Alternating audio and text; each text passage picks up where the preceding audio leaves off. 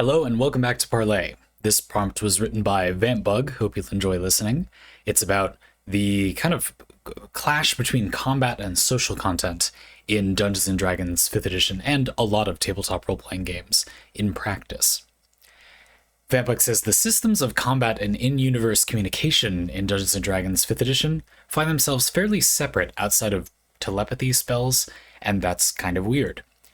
There are players whose main attraction to D&D are the various ways to use the combat and character creation systems to their advantage, and others whose basis for a character is how they conduct themselves in the world. These can both be fun and can be done at the same time, but combat can drag for some players who are more doing it for their characters' reasons than for the combat itself, and having a session comprised of a trail of conversations can be dull for a player whose character randomly happened to be built just for action. It's become a bit of a meme to say, just play a different tabletop role-playing game, to people molding D&D to their needs. But what are your thoughts and suggestions on making combat accommodate character purpose, and making character social interaction have more system elements to play around with? Great question. Of course, we would never be as hand-wavy as to the lazy response people are making about playing a different tabletop role-playing game. Let's talk about why that doesn't make sense to say first, because the people who say that think they have an ironclad reason why it does make sense to say, and it's that there are a lot of tabletop role-playing game systems which are designed much more focused than Dungeons & Dragons 5th edition. Certainly, I would say if you really, really like playing tabletop role-playing games, especially if you're a game master, I would highly encourage you to just go read of a specific tabletop role-playing game system, like Blades in the Dark, for example.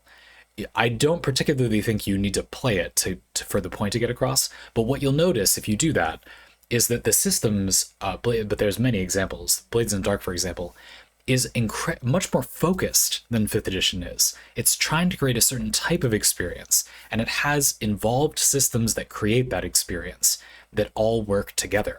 It's not an open-ended sandbox of tools that you could use to create a variety of stories, but it would be an incomplete toolbox for any of those stories. It's a specific toolbox for creating a certain kind of story that you could use to create a more open-ended story, but which is, more focused if you want that. Taking systems from that and putting them in your D&D game, if that's the kind of thing you want to run, isn't a bad solution. You could just end this parlay right here, but we're not going to. I am going to propose in this parlay, as my premise, that it is not bad for a game to be a general-purpose toolbox, but D&D is a bad general-purpose toolbox. It's not bad to have one of those. D&D just isn't a good one of them. Whereas I perceive that many people do not have quite the same opinion.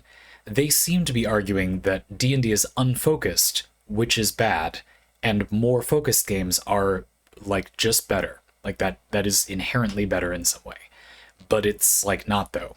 You could gain a lot from having an unfocused system that is still a good unfocused system. I think it's just harder to see because, well, there are some reasons. And I want to talk about some benefits, too.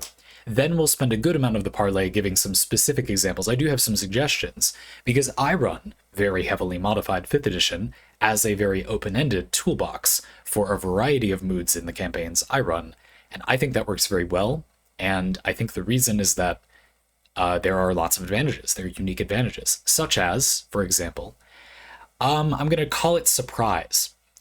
The game isn't about a set thing. It's meant to be sort of a facsimile of a real world that you can interact with. And I, the game master, am the computer system with which you interact. The merit of this type of game, in my mind, is that you get to play something like World of Warcraft or whatever, but when you want to do something that isn't encapsulated by the game, there is a super AI that interprets what you want to do and makes it so it can happen within the game. The systems, then, ought to be a good way to translate the things you'd want to do into things you, can do.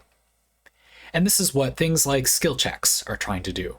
You've got a bunch of different skills that you can use, and you can use them to translate what the player wants to do into a specific thing they can try to pass or fail or succeed in a various degree at, and they have a quantifiable value of how good they are at that.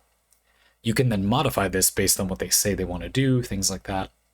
Again, I view much of the virtue of these games as being that you have a kind of live referee to give the players credit for things that would be hard to do with programming code. So if the player says, well, I look around for the enemy, and I say, well, your perception like sucks, so look around, but it's dark and there's a bunch of trees. And they say, well, yeah, I mean, I'm gonna turn the lights out and climb up a tree and make sure my eyes have time to adjust before giving the area a quick scan. But I'm gonna make sure not to stay up there too long because we might get spotted by our pursuers. Yeah, like that, it's realistic that that would make you do better in this situation. So it doesn't make your eyesight better, but let's just say, yeah, you can have advantage on the roll. Even though all those things are pretty minor, let's just say your score is very bad for perception. You have low wisdom, you're not proficient in perception. Let's just say you can do about as good as you are capable of doing at this. Sure, right? And I think that that's fulfilling even if the player probably fails and, they get ambushed in some way. You can give them some credit for the thing that they, the way they tried to do the thing. I think this open-endedness is a feature, not a bug, but only if the systems are actually open-ended. If the class design, looking at you, 5th edition, is actually open-ended, but it's not, which is why 5th edition is a bad system for this. But that type of system is not bad. 5th edition is just not a good one. It's not terrible either, in my opinion. It's sort of open-ended. It has some parts of it that are relatively open-ended tools, but some of them are too open-ended, and I think a lot of them are not open-ended. And it's not very hard to make them more open-ended. D&D just doesn't have design goals, proper real design goals. It's not really trying to be any kind of game, neither a focused game nor an open-ended kind of game. And that is why it does not have those things. It is not hard to add them, and we will add them in about 5 minutes. But I think that that's my key takeaway. Not even that D&D is a bad open-ended game, but that it really isn't any kind of game. It's just that if we were to take it as a starting point and try to make a kind of game, it's dramatically closer to an open-ended type of system, and that is not an inherently bad thing.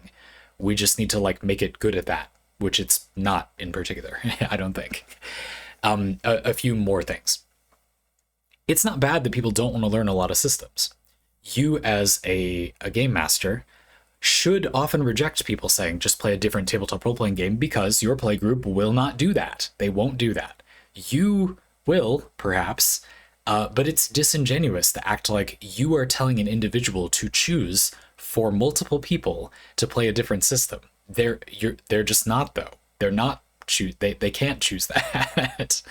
Now, I think it can be a worthwhile goal to try to influence your playgroup to try a different system. You might be surprised how easy it is compared to 5th edition's really unfocused rules. It's amazing how much easier it is to learn a set of rules if they all actually serve a single purpose. Crazy, I know, but yeah, it's not that hard. I think most people are... Does this make you feel better? People who want people to play a different tabletop role-playing game? I think most people are overreacting about how hard that is to do, though I think a lot of them don't know they're overreacting, so that's not particularly bad, right? That's not their fault, really. But yeah, I recommend people try that, but that's not a real response to this problem. One of the problems is that people don't want to learn a new system. And I think it's worth mentioning that the bigger cost is to the type of player that wants to use the combat and character creation systems to their advantage, not for the type of player who's interested in how their character conducts themselves in the world. That is a mechanic... I'm not going to say just focused, because it could just be a player interested in both. A mechanically interested player pays more for entering a new system than a role-playing interested player. A player interested in both, or mostly mechanics, pays more than a role-playing focused player pays. Therefore, I would argue that it is better to lean on the side of making a general system good by making it mechanically general. Making it general in how you can interact with it is not as hard, in my opinion, as making it general in how you can mechanic it. How you can build a character being a good version of general, we'll talk about what that means in a minute, is more important in my mind than having the game have very focused role playing. This is something you could argue is, I wouldn't say easy, but like a little free if you're making a less focused system.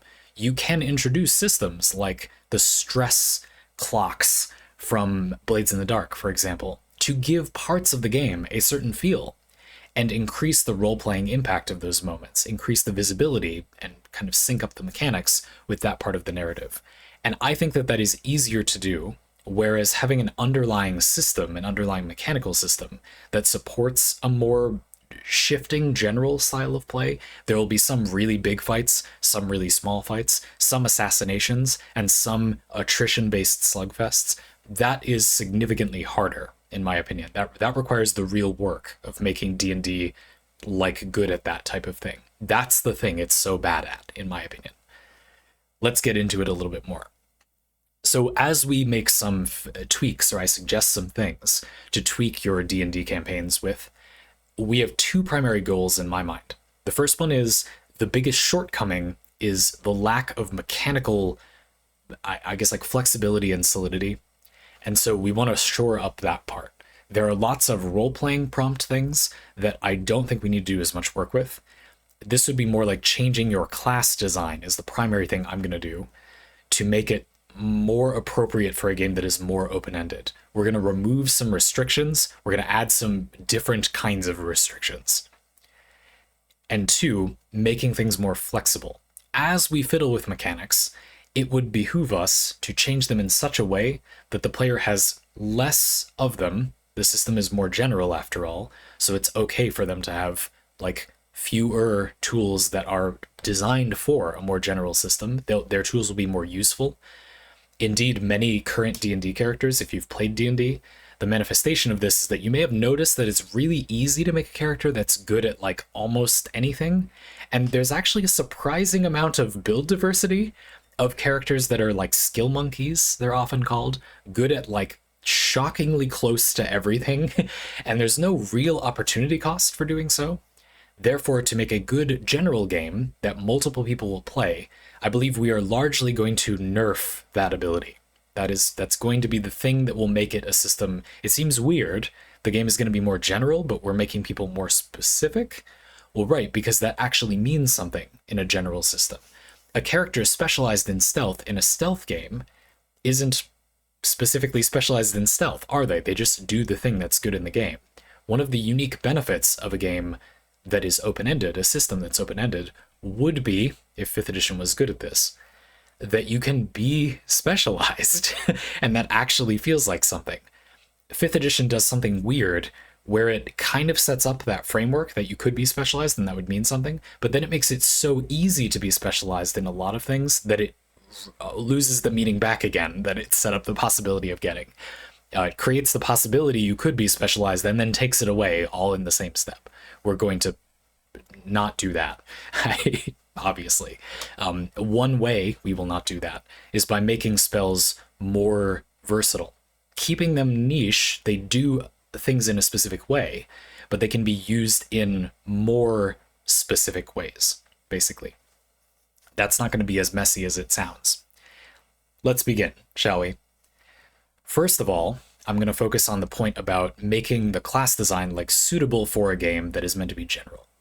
In my mind, this means the player cannot be set up to make the mistake of picking a fighter, for example, and a fighter subclass that doesn't have any social capabilities, is completely useless outside of combat, in a game that you know for sure you're picking to use. You're choosing to use D&D now, right? You ignore the people who said to pick a different tabletop role-playing game, so you're choosing to use D&D.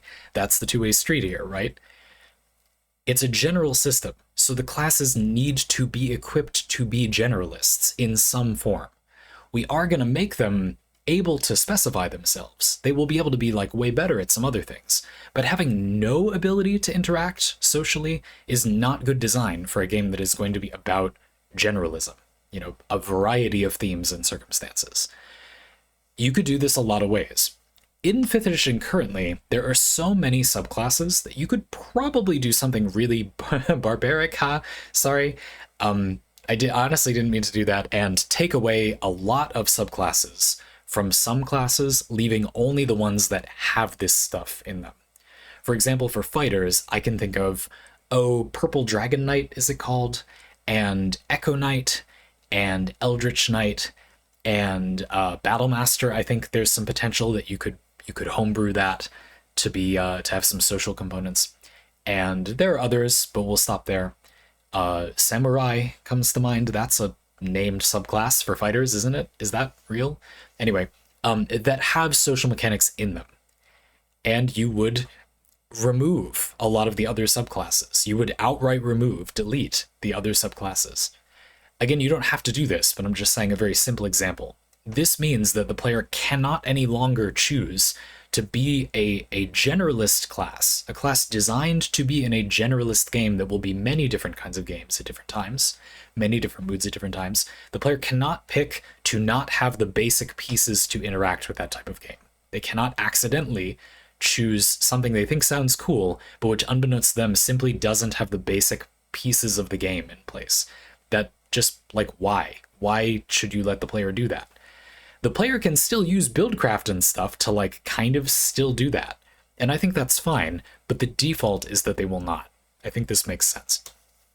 Obviously, I'm not going to do that, because I like a lot of the subclasses for fighters, for example. What I'm going to do is add or convert features that already exist into features that allow you to do those things. For example, champion fighters are a pretty, straightforward archetype. They gain an increased ability to crit. They increase their crit range. Sounds cool, but it's a very straightforward effect in combat and doesn't have a lot of effects elsewhere. Make it have effects elsewhere. They increase that range to crit or some other equivalent social benefit when doing checks that are not combat checks. Something like that. Simple. Or champion fighters could be very well renowned. It could be that they gain some intimidation or charisma bonuses, or you rule intimidation as being a mix of their physical stat and charisma, or one or the other they get to pick, something like that. You can add features like this, and obviously we could spend the entire parlay, and let's not, just going through each one, but that is the kind of change it would make. Another thing that I would be inclined to do, just in general, but I think it serves this purpose, is to do things like shore up the weaker subclasses that fill a role. For example, there's a druid subclass that I would argue is trying to be the healer subclass for druids, in a game that doesn't really have healers unless you try pretty hard, pure healers that just heal every turn. That doesn't really do anything profitable in 5th edition unless you try significantly to make it do something, but there are a few powerful ways to do that. And I would argue that Circle of Dreams Druid is one of the ways the game is suggesting you could do that, but it's just like really bad and it doesn't do that. And so I would buff those. That seems kind of like a general change, not that related to making D&D more unified. But I think the reason it is that it means that when players specialize, they are really rewarded. They feel that specialization, and you as the game master can use that specialization for its purpose, which is to choose what types of challenges you give your players carefully.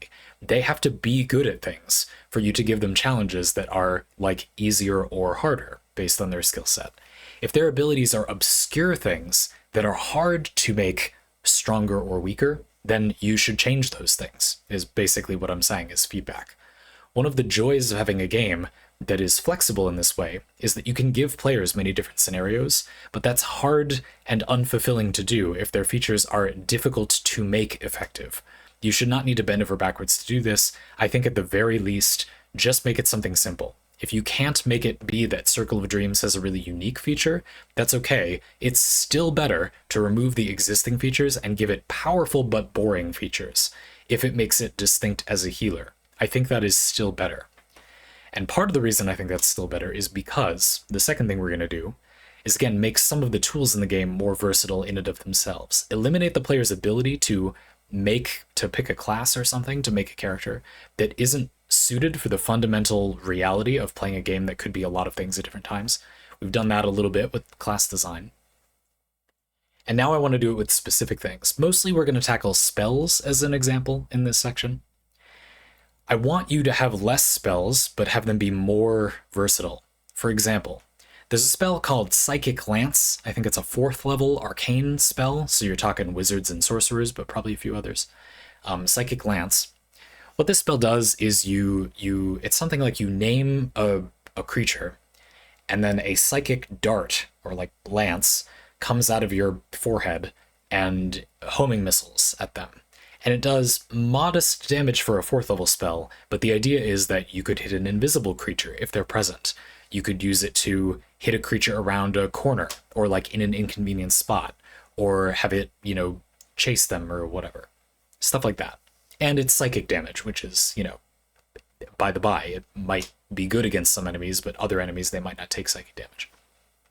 It's a sufficiently specific tool, in other words, but it is only useful in one specific type of gameplay. This is what I'm aiming to change. I want you to be able to use Psychic Lance as a communication spell as well. Therefore, this spell slot, this spell you learned, is applicable to both of those pillars of the game, but when you use it for one or the other, you incur a cost, dramatically or practically or otherwise, in the other part of the game. Get ambushed, and use Psychic Lance to defend yourself and defeat the enemies. And in fact, you probably want to make enemies even like a little weaker, so that spells like this are a powerful choice against them, not just what you always use. And yet, by using the spell against that enemy, you lost the ability to communicate across a decent distance. You might want to modify the spell's range, for example. Then you as the game master can make that meaningful, and suddenly you have drama, and the game can be about how even the players more focused in combat could have gotten us out of this situation, could risk themselves to get out of this situation, or they can cash that in for damage and deal with the consequences. The combat leads to social consequences. The social consequences, or social encounters, where you might use these spells, lead to combat difficulties. And thus, also, if players are strong or weak in those circumstances, imagine the change in tone. The player who likes the combat and is a little bored by the role-playing sees the other players, or even themselves, whittling away their utility spells that we increase the utility of, and is thinking with glee at how they'll be able to pop off and save everybody once those players have popped off and done the social thing, but thus screwed their combat ability, and we're inevitably going to get ambushed, and I'm going to unload so many firebolts, that kind of thing. I think this would be more fun. Reducing the number of spells the player has is also key, though, because if you don't do that, then using things for communication or damage will just allow players to be omni characters again. We want it to be that the player can fit the same amount of total utility into less spells learned and less spell slots, but more of them are a choice when they use them. It's not like they have a ton of 3rd level spell slots that can all be used on Fireball with absolutely no implications to their other capabilities. They simply can't cast more 3rd level Fireballs. You see what I mean? In fact, I would recommend nerfing spells that are good in a general way, and especially which already have like a generally useful side effect. Fireball is a great example. It's an AoE spell, it does damage even if enemies save, it hits a big area for good damage, and it's fire damage. It can be used to light stuff on fire, etc. Thus, you ought to reduce its damage. Make it so picking Fireball is a careful choice that you make to gain a versatile general purpose spell and fire magic over a large area, but at the cost of other spells which do more damage in more specific ways, sure, but more damage. Make Psychic Lance do more equivalent deaths. They're not the same level, but you get the point, like more damage. And have further utility. The player really has to give something up to pick that, instead of it just being the really good option. I would not worry too much about the kind of player that I normally think it's important to worry about, that doesn't want to make these cutthroat choices. Let the player aggressively switch out their spells early on. Don't let them cheat out of a situation. But as you're going to be converting your game to these recommendations. So if you do this, be generous with letting your players fiddle around with it a little. Don't screw them over by a system they're not used to. Tell them that, you're doing this thing to make it more fulfilling this way, and that it'll make it easy for you to make their spells more fun. You'll see the same fewer spells more often, and thus they will come up more often, and thus they will be useful. But players may, not used to this, pick things that kind of shoehorn them in a way they didn't intend to. Let them take their time figuring that out. Be generous with this kind of thing. Perhaps run a short campaign to get people used to this. That could be a way to do it without letting people change out spells. But I think that this is a great technique. It means you can pick a lot of spells that feel meaningful. You always want to pick a spell, and you always get lots of good stuff when you pick a spell. Even the nichest spell is now really powerful in some meaningful way. Once you've modified everything this way, we'll do a few more. And yet the player has somewhat more limited options, is very good, but at fewer things. They're even better at the things they're good at, but they're not good at as many things. The spells that I think this will be the most hard to do would be role-playing spells, I think. Like I was saying before, I think that the greater need is probably the mechanical-minded player, who has a lot of spells that could be used open-endedly for utility, especially if you give them some flexibility as the game master. Using Psychic Lance to communicate is something you could already see a very flexible game master kind of allowing in some form, maybe. But not so much using something like Arcane Lock offensively. You see what I mean? Now, you can let people use Arcane Lock offensively. You can make it so, you know, there are lots of doors to lock enemies behind and explosive barrels to light on fire. You know, whatever. I don't know. But simply adding something like, when enemies touch that door, they get zapped for a lot of damage. They chain lightning nearby enemies. And then the door crackles with visible magical energy, and people can identify it if they use investigation and they pass a certain check, whatever. It has like an illusion magic style trap element to it. Allows those spells to be offensive in a way they wouldn't otherwise be. Limited to those options, some players will do very fun stuff, like play their combat around doors. You could imagine a whole wizard that's built around like choke point door combat. And you know what? Choke points are good for all forms of combat. That's good no matter what abilities you take. Using a choke point is just good. Again, as in the first section, an easy way to do this is to just remove a lot of spells or combine kind of a little bit different a lot of spells. Take utility that seems close to a spell that is very skewed toward combat or out of combat utility, and find a spell that does something thematically similar and combine them in some way, or make them modes of the same spell. Not perfect, a little crude, but it will work. It's better than nothing, you know. If you want to do this quickly, you could probably bang this out. I could bang this out by the end of the night, probably, if you did it in a very, very hasty way. But if you want to do it in a more careful way, more gradually, your players will level up over the time. It's okay if you take your time with it. Do chunks of the spell list at a time. Again, I think the thing to think of is, when does something feel like an obvious choice? Rebalance it. Give it more times it's useful, but make it maybe a little bit less obviously good in some general scenarios. I think that some spells that are kind of a problem for this design philosophy would be things like Chromatic Orb, or giving players too many cantrips. You're giving the player too much of an ability to pick something that's good in all situations, and thus is overwhelmingly powerful in an open-ended unknown game. To some extent, you can make these kinds of games better simply by doing a better Session 0 and giving players better expectations for what very general parameters the world will have. Is it a high magic setting or a low magic setting? To what extent can players expect NPCs they encounter to know what magic they are doing? Do people know magic exists? If they know magic exists, are they using the same spells? Is the spell list for 5th edition all of the spells you can conventionally cast, or just a representation of the vastness of the possibilities of magic? That is, enemies will be casting lots of spells that are not in the spell list, that are not, you know, made from the spells in the spell list, or maybe not. Thus, in a higher magic setting, will experienced combatants be able to figure out what specific spell players are casting? Are spell slots an abstraction or literal? Can players exploit that, etc.? Knowing these kinds of things, and then going further and saying, lots of different moods and tones will come up in this game. That's why we're using 5th edition specifically as a flexible, open-ended sandbox system. But it will generally have a good amount of water, or whatever. My opinion is that it is good to be in the habit, if you're going to play a system like this, to make a sort of omni-campaign. That if you're really going to allow players to pick anything from the now modified list of classes and spells or whatever that you've provided them, then you ought to make a campaign that includes all of that stuff. If there are going to be monster resistances, I would take pains to have all of them come up, now and again.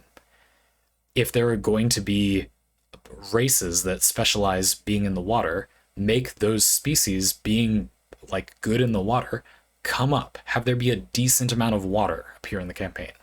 You have to do things about these things in such an open-ended system. And so I do think where you pay the cost for playing an open-ended system like this is in the exact parameters of the world. It can be very unfair to a group of players if you let them pick anything, but then you don't think about the many things they could pick and the consequences of doing so.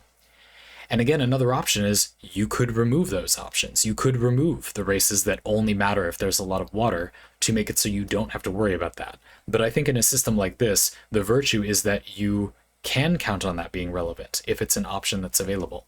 The game is open-ended. The game provides niches you can fill that will be good sometimes and not others. The reason I kind of doubt, to finish up, that this type of modification would be useful to a lot of players is that most games' problem, in my understanding, is that it has poor communication between the players and the game master. This is probably why more focused games are a better fit for most tables. You don't have to establish as much trust in some of these cases with your game master. You might cover sensitive themes, but you don't have to establish as much developer-player rapport as you do with a more broad system. The developer, the game master, I would argue, for your local game, they're doing game development, just not that much of it comparatively, has to do less to make sure the things in the game are useful because the game is more narrow, more specific.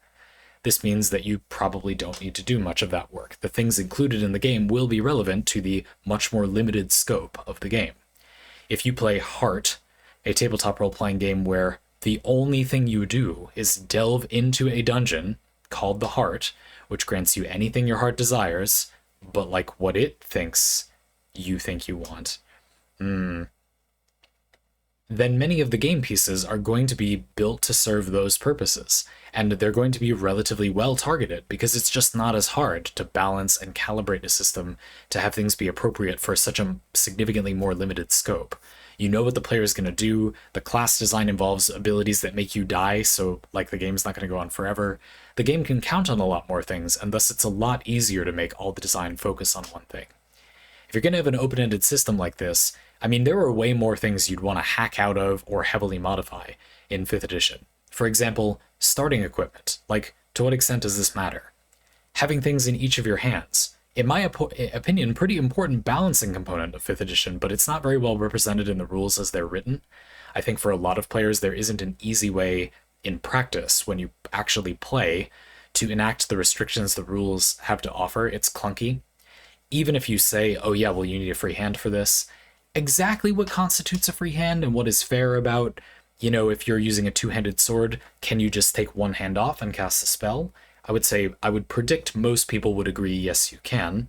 It's not like an MMO where you have to equip it in the two-handed slot. We agree that it's very easy to at least hold a two-handed sword with one hand for a second. But if you have a sword and a shield, how about now? You can put the sword in the shield hand. You can. How much easier or harder is that than taking one hand off your two-handed sword? I am not here to tell you what is the right answer. There isn't a single right answer. D&D doesn't do a great job of this, and if you think it does, you need to be aware that people don't agree with you. A significant amount of people do not agree with whatever you are thinking right now. If you think there is one rules as written way that works, like, yeah, I mean, I think there is too, but I know the thing you need to know, which is that most people, significant amounts of people, do not agree with what you think, which is all that really matters, because you can't assume that other players will understand that. Just tell people what your way of thinking of it is. Don't get caught up on claiming that that's the way it's supposed to work. Who cares how it's supposed to work? The way it's supposed to work is largely kind of stupid in 5th edition, so give up on that, and instead tell players the way you want it to work. It doesn't matter how it's supposed to work. My opinion that I have about that, I'm not trying to hide it, is that no, there really isn't a single clear rules as written interpretation. But I'm aware that plenty of people disagree with that. I just think that where they're wrong is that the only thing that matters is whether other people are on the same page as you, not being right. Being right isn't fun or useful. What's fun and useful is being on the same page. Sorry, probably preaching to the choir there a little bit. I have a few more closing thoughts. These are just general things I wrote in my notes that I didn't get to in any particular point. Obviously, good writing is something that will help your campaign be a fusion of combat and, the social elements of the game. Of course, but that wouldn't be very helpful advice, would it? I do have some thoughts about what type of writing would make for, like, good mix of combat and out of combat utility. And my basic example would be villainy. Doing villainous things, doing bad things that are not combat, living a non-combat life, but as a villain or a criminal, probably involves using more utility than being good. For example, you could steal things, break into places. Doing crime probably involves more of using your abilities in a non-combat way than living peacefully does. By the same token, a hard magic setting would do it. A setting where people simply do things more using unusual means will involve players using their abilities for non-combat things more, using combat-worthy abilities for non-combat things more. If a setting has the ability to telekinetically lift something or communicate telepathically, then those abilities are more useful outside of combat because people will ask you to use them on their behalf. People will be waiting to hear from them on your behalf. In a low magic setting, telepathy is obviously still useful, but it won't be called for in the same way that it would be in a higher magic setting. And therefore, I think that you can increase the utility of your, if you took my advice from before, now more hybrid, versatile combat and non-combat related abilities, your psychic lance that can also be used to communicate telepathically, whatever. You'll use those more if you create a higher magic setting, and also I believe to the degree that the players do morally questionable things, like commit crime. If you have a group of players that doesn't want to commit crimes, have them be commissioned by the higher-ups, or the powers that be even, of the world, thus absolving them of, like, them doing an ultimately bad thing, but still having the complications of doing a thing that would normally be considered bad. Or have them do them to an opposing army that is bent on killing all the people that they're defending or stealing for. There are ways to get that to work. I also think it's worth thinking a little bit about exploration, which can be a little bit of an equalizer. There are a good amount of abilities in D&D that are useful for traversal, which is already a little of what I suggested, but also just for navigating around the world.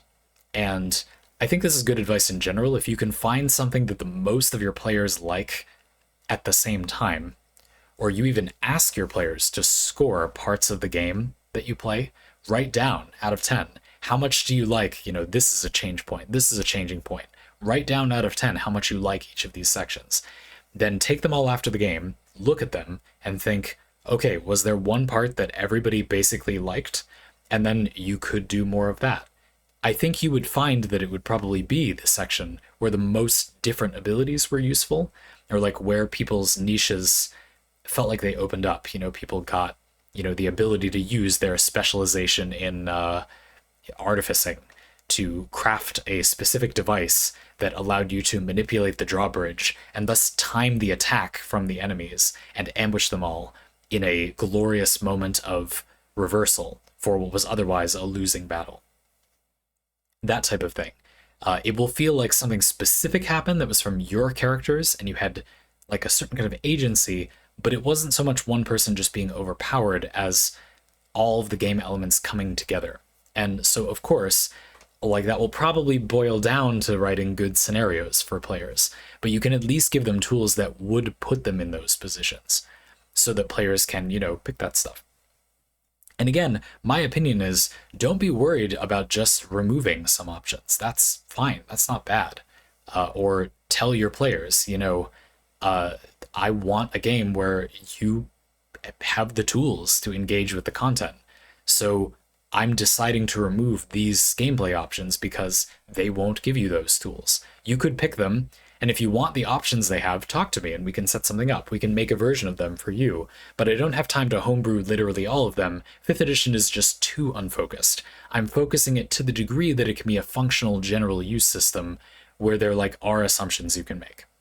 If you tell players you're doing these things in the name of them having more fun and you explain why, I think you'll find that people will be receptive. So often I've seen, even in people close to me of all people, who I would think would be the ultimate influence for, no, I'm not going to toot my own horn that much. So often I see people say a thing that is a good idea, arguably, but simply neglect to explain why when I know they have a reason why they could have explained. Do not do that. Why? Just tell people why.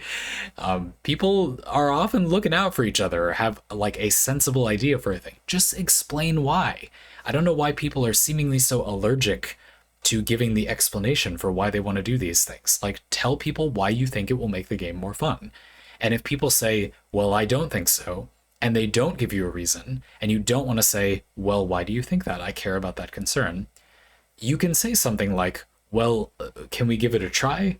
And then we'll just see if it worked out. I think this is the part that might be more fun. Let's check. Let's just see. And if you don't like it, that's okay. You can tell me and we can try something else. After all, you, the game master, won't want to do it if players don't have fun. That's the worst thing ever. Nobody wants to be a game master for a group that doesn't want to play the thing that much, right? So you'll want to do this anyway. I don't mean to ridicule anyone at all, but I'm surprised how rarely I see and hear people doing what seems like, isn't that the obvious thing to do? Like, if you just tell people why, I think you'll find they'll be receptive. I don't know why people don't talk through reasoning that much, except that they often don't have it, but I've given you some that you may steal and use for yourself. That is, to some extent, the point of these Parley. You could view Parley as a group of prompts from people who know it would be beneficial to spend more mental energy on this thing, but we have limited amounts of time in life, but I'm crazy and made this my job, so give it to me, and we can spend some mental energy on it together. And maybe you get better value for the time you spend thinking about it that way. What could be a nobler goal? There are things I think would be beneficial to dump a ton of time into right now, looks at clock, but I just don't have time. I have enough other things to do that I need to. So if that's why, if the reason you aren't explaining, if you think about this and you conclude, well, Zandy, it's because I don't have reasoning for it, or I hear you saying that you can make spells different in this way, do more things, do combat and non-combat things, but be balanced differently, and I have less different spells I can learn. But I'm not confident claiming to my players that I'm going to die on the hill of that being good. What if it doesn't work well, right? You would be reasonable to doubt this advice because I've really only used it myself. I have thought through and explained why I think it would make things better, but without playtesting with a large group, I can't perfectly simulate the population. I'm just guessing how I think people would feel, of course. Yeah, it might not work. I just don't think this is that bad. It's blame me. Say that a stupid YouTuber told you to do it, and say sorry if it was really bad or whatever, but throw me under the bus, whatever, I don't care. If that's what's really stopping you from trying this new thing, I kind of understand that. It feels like, well, I haven't really thought it through fully. Am I really going to subject everyone to this? But you have to do that as a game master. As a game designer, which you are when you're a game master in some small capacity, you have to commit to getting people to do a thing that you're not sure is good. You'll never be sure if it's going to be good. So I don't think there's such a big deal in pushing the envelope a little and saying, well, I'm really not too sure though, but let's go with this as an option. I would encourage you not to be afraid of that. I'm probably over explaining that now. So thank you very much for the Parley. I really enjoyed talking about it. I hope I gave you some actionable advice or just things to think about. Opinions you disagree with, but you've at least heard someone explain why they have that opinion. And so hopefully your disagreement is, about something kind of good now. Maybe there's a significant problem that I missed, and you only know it's actually a significant problem because someone tried to defend this way of doing things, but your problem held up, wasn't addressed. That's also great. If you think it's a bad idea for you, or maybe even in general, that sounds like a strong argument, but maybe, that's good too. I always like these. It's very fun also to get to develop my opinion about this a little more. It is something I'm kind of actively working on. I have a lot of stuff I still want to change in my own games, but just haven't had time to, and so it's really nice to get to keep chewing on it in a Parley. Looking forward to the next one. Folks, if you want to get Parley like this, you can check out how to do that in the link in the description. We'd love to have you with us. For now, looking forward to the next one.